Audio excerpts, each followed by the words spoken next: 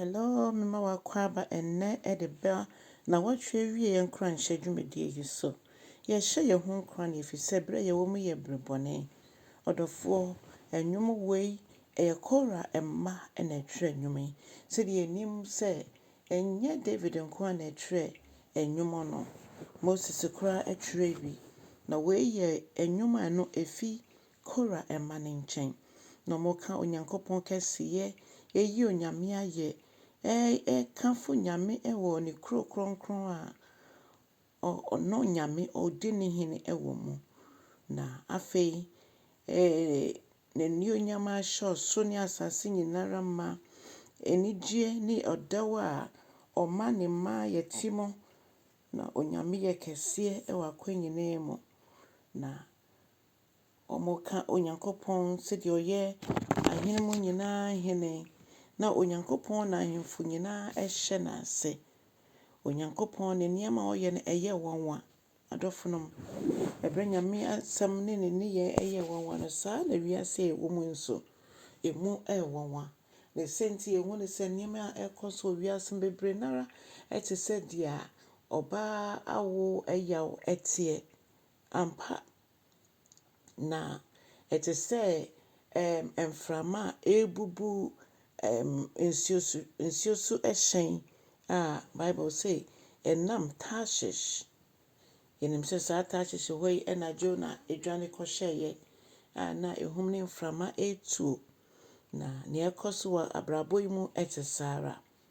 na yede yeni hu na yede asonso etibi na mom ne ye hu ne se onyankopon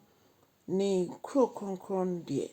ono ana odi mu hene no bema ne kro no atena ase daadaadaa adofo ye nyina yenim se so ne asase betwem akọ nyame asem kwa na betena na onyankopon ebesi ne man foforo asase foforo ene osoro foforo nya ne de nsa aye etese de aye hui ne mom eye foforo a aye krogen na eno ena ye dwendwene onyankopon ho ne ye hwe na ye mu yie ene sedia ote ono ana sorifia ema yetimi pagya ye ne ede ne kese ema no ne din ene ne honam se eno nti moma ye nyina asase nyina ye nyina ye enkosi ose na basamo edu na tenene ye na ahye moma eno nti moma wona mo ye Zion ma nyinara enyi sa nyankopon aye na enam se na temu emu oden ena na temu ono ana obu atenti etwa se yesuro no na ye de ne kese ye nso emma no odofo ose ye nante Zion ne ye hwe se dia Zion emu niamate ye hwe na pon kese ye hwe oman nankasa ne de chese ni anyame asem ka cho ye mfa osoro ho ene se dia heaven etie no eno nko ne ye njindi hallelujah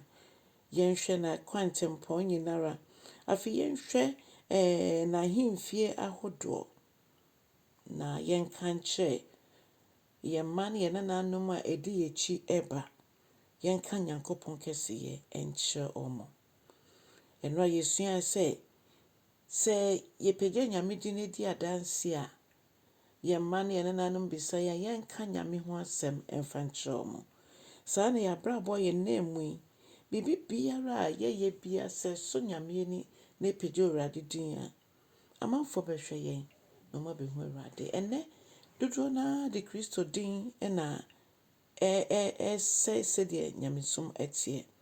nanso obi biara de ne ho ama asafo urade ana onya kwan ema twere no ohu nyame kesiye eno nti mframa ebo no se dia epem Tarshish ensioso ahien no mpo a ahyen mpo a enya dia ebepem